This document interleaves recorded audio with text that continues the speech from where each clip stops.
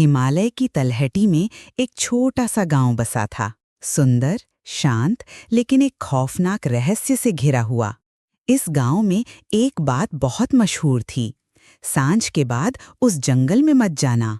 हर शाम गांव के बुजुर्ग आग के पास बैठकर डरावनी कहानियां सुनाते, एक आत्मा की जो हर साल किसी न किसी को ले जाती है। कहते हैं कि बहुत साल पहले उस जंगल में एक औरत की निर्मम हत्या कर दी गई थी। वो आत्मा अब उस जंगल की रक्षक बन गई है, या शायद उसका श्राप। गांव के बाहर एक पुरानी सी लकड़ी की पट्टी टंगी है, जिस पर लिखा है, सांझ का जंगल, सूर्यास्त के बाद प्रवेश निषेध। लेकिन किसी ने कभी नहीं बताया कि उस जंगल में क्या होता है। इसी गांव में रहता था एक युवक, आकाश। शहर से पढ़कर लौटा था, तर्क में विश्वास करता था और भूत प्रेत की बातों को वो पुरानी सोच मानता था। एक दिन उसने अपने दादा से कहा, दादा, ये सब डर फैलाने की बातें हैं, भूत वूत कुछ नहीं होते, मैं खुद जाकर देखूंगा उस जंगल को। उसके साथ थे उसके 3 दोस्त, नेहा, राहुल और विवेक।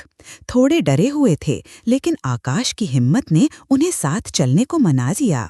शाम होते ही चारों टॉर्च लेकर जंगल में घुस गए। जंगल में अजीब सी खामोशी थी, कभी कभी फुसफुसाहटें, कभी कोई परछाई। जैसे ही वे भीतर गए, कोहरा गहराता गया और अजीब अजीब आवाजें सुनाई देने लगीं। नेहा को अचानक ठोकर लगी और वो गिर गई। उसकी नजर जमीन पर पड़ी। वो थी एक आधी गड़ी हुई इंसानी खोपड़ी। वो चिल्लाई, बाकी दौड़े आए। चारों की आंखों में डर फैल गया। तभी हवा तेज चली और किसी औरत की धीमी, भयानक हंसी सुनाई दी। डर के मारे वे एक पुराने टूटे फूटे घर में छिपे। वहां एक पुरानी अलमारी मिली, जिसमें रखी थी एक धूल भरी डायरी। पन्ने पीले थे, लिखावट कांपती हुई, हिंदी में दर्द और दर्द। एक पन्ने पर खून का धब्बा था और एक चित्र। एक औरत सफेद साड़ी में एक पेड़ पर बैठी थी, बाल खुले और आंखें सुर्ख। डायरी में आखिरी पंक्तियां थीं, वो हर रात इसी पेड़ पर बैठती है, वो मुझे देख रही है। तभी सब भागने लगे, लेकिन रास्ता भटक गए, सब बिछड़ गए। आकाश अकेला रह गया। अगली शाम वो फिर आया, अकेला। हाथ में कैमरा था, चेहरा डरा हुआ लेकिन जिद से भरा। जंगल की तरफ कदम बढ़ाता गया और तभी कोहरा छा गया।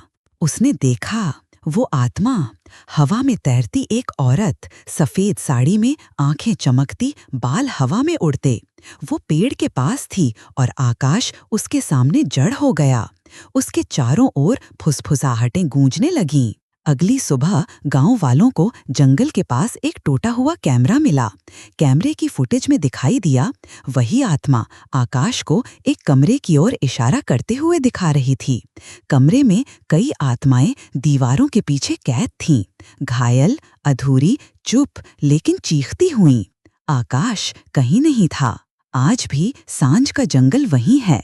लोग अब ज्यादा कुछ नहीं कहते, बस एक दूसरे को याद दिलाते हैं, सूरज ढले उस जंगल की ओर मत देखना, क्योंकि वहां अब आकाश भी है।